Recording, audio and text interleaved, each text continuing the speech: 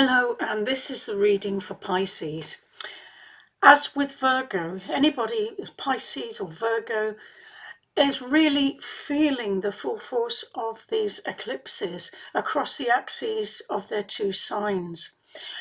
So for you Pisces, this is a time where you must look at those issues such as health, daily bodily care, routines. It's also a time when you're looking at how do you serve without self-sacrifice? How do you serve others but also serve the self fully and in the right way? This is a time to leave behind victimhood and all of those things that don't serve us and move into the love and the non-judgmental expansion of the sign of Pisces.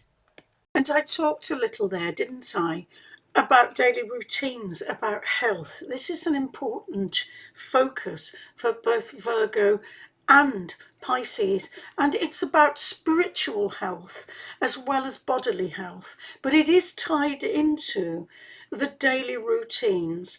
How do we take all of that loving inspiration and actually bring it down in the world, make it useful on a daily, day-by-day basis in our daily lives, sacrificing none of the sacredness of it, but also without getting bogged down in detail and the work, being over busy. These are messages.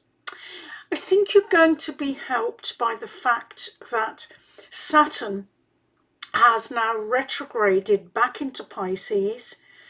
Clearly you'll be going over ground that you've gone over before, to revisit for all of us, to things that we previously have been exploring, thinking about planning, clearing out in our lives. So Saturn is inched back into Pisces, and I think this may help you implement the structures that have the discipline in daily matters.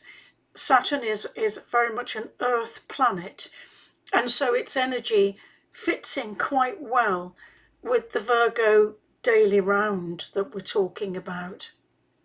That new moon in Virgo on the 23rd of August really packed a punch, and you may well still be reeling from some of that.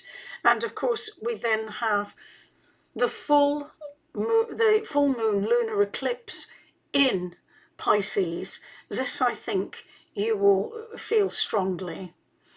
We then follow that up with the partial solar eclipse on the 21st of September. And this whole season will be taking you back to themes that were coming out right back as early as February, when we had the other Virgo, and then March having the Pisces Virgo eclipses back then. So do revisit themes that were in your life at that point. The eclipses are happening between your 1st and 7th house. So this is very much about your own sense of yourself, how you present yourself. It's really about a mini rebirth of how you present yourself. This really is the time to shed the old skins and begin anew.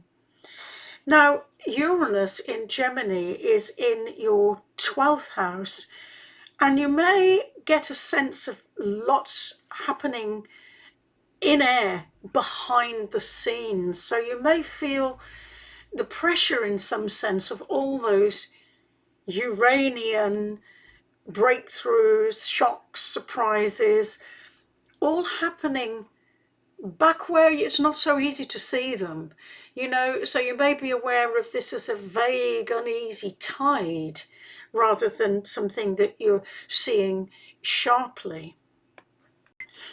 So there are many, many changes happening in the realm of air, in ideas, in communications.